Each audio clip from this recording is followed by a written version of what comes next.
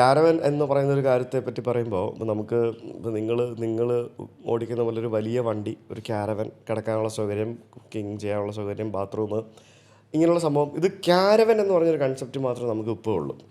ഒരു motor home എന്ന് പറഞ്ഞ കൺസെപ്റ്റ് നമ്മുടെ നാട്ടിൽ ഇപ്പോഴും ശരിക്കും ആയിട്ടില്ല. ഈ മോട്ടോർ ഹോമുകൾ വന്നാൽ മാത്രമേ സാധാരണക്കാരന് ഇതിലേക്ക് വരാൻ പറ്റുള്ളൂ. ഇപ്പോൾ ഒരു സാധാരണക്കാരൻ നിങ്ങളുടെ പോലത്തെ വണ്ടി വാങ്ങിച്ച് ഓടിക്കാൻ പറ്റില്ല. അതായത് ഇപ്പം എനിക്ക് ട്രക്ക് ഓടിക്കാനുള്ള ലൈസൻസ് ഇല്ല, ഹെവി ലൈസൻസ് ഇല്ല. അപ്പോൾ എനിക്ക് എങ്ങനെ ഇത് ഓടിക്കാൻ പറ്റും? നേരെ മറിച്ച് ഒരു ട്രാവലർ പോലെയുള്ള ആ ഒരു സൈസിലുള്ള ഒരു വണ്ടിയിൽ ഒരു മോട്ടോർ ഹോം വരികയാണെങ്കിൽ നമുക്ക് എളുപ്പമാണ്, ഇത് ഈസി ആയിട്ട് വരും. ട്രാവലറിലൊക്കെ ഇപ്പോൾ ചെയ്യുന്നുണ്ട്. അങ്ങനെ ചെയ്തെടുക്കുന്നതിനകത്ത് എന്താ കാര്യമില്ല. ഞാൻ പറയട്ടെ ഇപ്പം നിങ്ങളിപ്പോൾ ബോഡി കെട്ടിയെടുത്തു, നിങ്ങളുടെ റിക്വയർമെൻറ്റ് അനുസരിച്ച് ബോഡി കെട്ടിയെടുത്തു. അതിനകത്ത് ധാരാളം സുരക്ഷാ മാനദണ്ഡങ്ങളുടെ പ്രശ്നങ്ങളും അതും ഇതൊക്കെ ഇഷ്ടംപോലെ ഉണ്ട്. ARAI അപ്രൂവൽ ഉണ്ട്, ഡിസൈൻ ഉണ്ടെന്നൊക്കെ പറഞ്ഞാലും ഇത് ഒരു വീട് ബിൽഡ് ചെയ്യുന്ന പോലെ ആണല്ലോ. ഇതിനൊരു സ്റ്റാൻഡേർഡ് പ്രോട്ടോക്കോൾ ഇല്ലല്ലോ, അങ്ങനെ സംഭവം ഇല്ലല്ലോ. ഇതൊരു ഇല്ലാത്തൊരു സാധനം ഉണ്ടാക്കുന്നതിന് വേണ്ടി ലീഗലി ചെയ്തിരിക്കുന്നൊരു സംഭവം. അങ്ങനെയല്ലേ ഇതിൻ്റെ ഒരു ശരിക്കും പറഞ്ഞാൽ അതിൻ്റെ ഒരു വസ്തുത അതാണല്ലോ. പക്ഷേ ഒരു വാഹന നിർമ്മാതാവ് ഇതേ സാധനം ചെയ്യുമ്പോൾ ഇതുപോലെ അല്ല ചെയ്യാൻ പറ്റുക. അതിന് പ്രോപ്പറായിട്ടുള്ള മാനദണ്ഡങ്ങളുണ്ടാവും, പല കാര്യങ്ങളുണ്ടാവും. നമ്മൾ ഈ പറഞ്ഞ പോലെ വീട്ടിൽ വെക്കുന്ന പോലത്തെ സ്പ്ലിറ്റ് AC ഒന്നും വണ്ടിക്കകത്ത് വെക്കേണ്ട അവസ്ഥ വരില്ല. അങ്ങനത്തെ സംഭവങ്ങളൊക്കെ മാറും. പിന്നെ ഈ വണ്ടിയുടെ ബോഡി റോളിനെ അഫക്റ്റ് ചെയ്യാത്ത രീതിയിൽ, വണ്ടിയുടെ ബ്രേക്കിങ്ങിനെ അഫക്റ്റ് ചെയ്യാത്ത രീതിയിൽ, അങ്ങനെ പല സേഫ്റ്റി പ്രോട്ടോക്കോൾ നോക്കിയിട്ടേ ചെയ്യുള്ളൂ.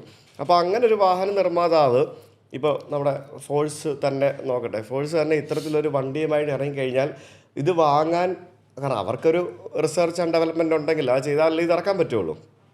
ഒരു 1000 വണ്ടി ഇറക്കി കഴിഞ്ഞാൽ ഈ 1000 വണ്ടി ഇറക്കിയാൽ വാങ്ങാൻ ഇവിടെ ആളുണ്ടോ എന്നുള്ള അവർക്ക് അറിയാത്തതുകൊണ്ടാണ് ഇതുവരെ ആരും ഇറക്കാത്തതെന്ന് എനിക്ക് തോന്നുന്നത്. അതെ, ആ പറഞ്ഞ കാര്യം കറക്റ്റാണ്.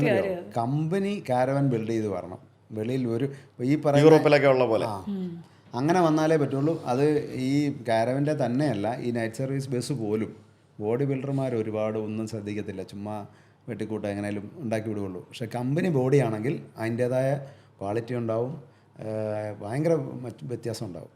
അത് ശരിയാണ്. അത് തന്നെയല്ല, ഇപ്പം ഞങ്ങളെടുത്ത പോലെയുള്ള ഒരു വലിയ വണ്ടി, അതൊരു സാധാരണ ഒരു ഫാമിലിക്ക്, ഇപ്പം നിങ്ങളൊരു വണ്ടി എടുക്കുകയാണെങ്കിൽ അത്രയും വലിയ വണ്ടിയുടെ ആവശ്യമില്ല, നമുക്ക് പറ്റത്തുമില്ല, ഓടിച്ചുകൊണ്ട് നടക്കാനും പാടാം.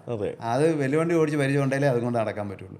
ഡ്രൈവിങ് മാത്രം പഠിച്ചാലും പോരാ. ഇപ്പം ഈ വണ്ടിയും കൊണ്ട് നടക്കണ വയറിങ്ങും പ്ലംബിങ്ങും എന്ന് വേണ്ട, എല്ലാ പണിയും പഠിച്ചാലേ പറ്റുള്ളൂ. അങ്ങനെ ഒരു ഇതാണ്. പിന്നെ ഒരുപാട് സ്വിച്ചുകളും കാര്യങ്ങളും എല്ലാം ഉണ്ട്. അതേസമയം ഒരു കമ്പനി ബിൽഡ് ചെയ്ത് വരുന്ന ഒരു വണ്ടിയാണെങ്കിൽ ഞാൻ 35 ദിവസം UK അയർലൻഡും ഒരു മോട്ടോർ ഹോം ഓടിച്ചുകൊണ്ട് നടന്നിട്ടുണ്ട്. ഞാൻ എൻ്റെ ഫ്രണ്ടും കൂടെ.